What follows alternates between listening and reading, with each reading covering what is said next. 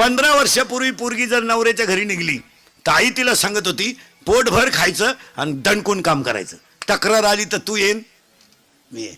आता ह्याच 5-6 वर्षापासून आई डायरेक्ट सांगती एखादा महिना पाय सगळ्यांचा अंदाज घेऊन ये, नाही तर पाहुणा इकडे घेऊन ये, खाल्ल्या वावरात कांदे वाटणं करीन पण तो शान भरायचं नाही.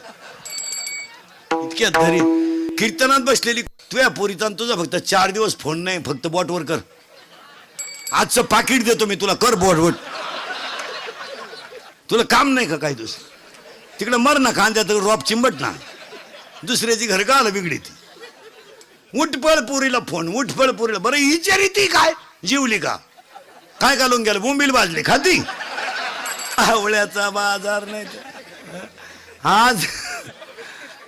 आजपासून जर महिला मंडळ पुरीच्या घरी डोकं लावलं तो तू का शेवाय लिहून घे. दिवाळी खात नाही तू ले कशाला.